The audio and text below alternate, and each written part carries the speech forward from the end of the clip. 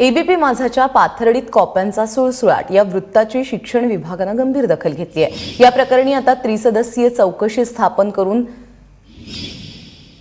समिती स्थापन करून चौकशी केली जाणार आहे असं कळतंय। कॉपी प्रकरणी आता शिक्षण विभागानं मोठी दखल घेतली आहे। पांडुरंग रायकर आमचे प्रतिनिधी आपल्याबरोबर आहेत। पांडुरंग, कशा पद्धतीने शिक्षण विभाग याची चौकशी करणार आहे?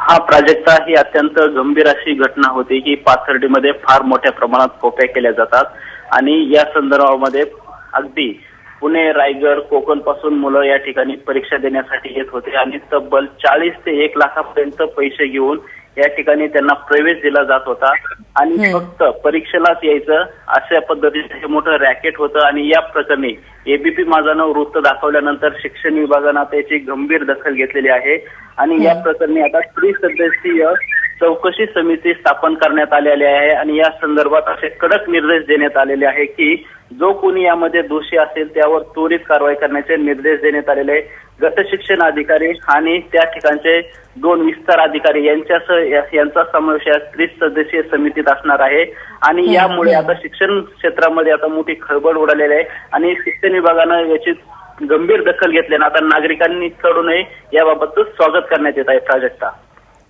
पांडुरंग, धन्यवाद या सगळ्या माहितीबद्दल।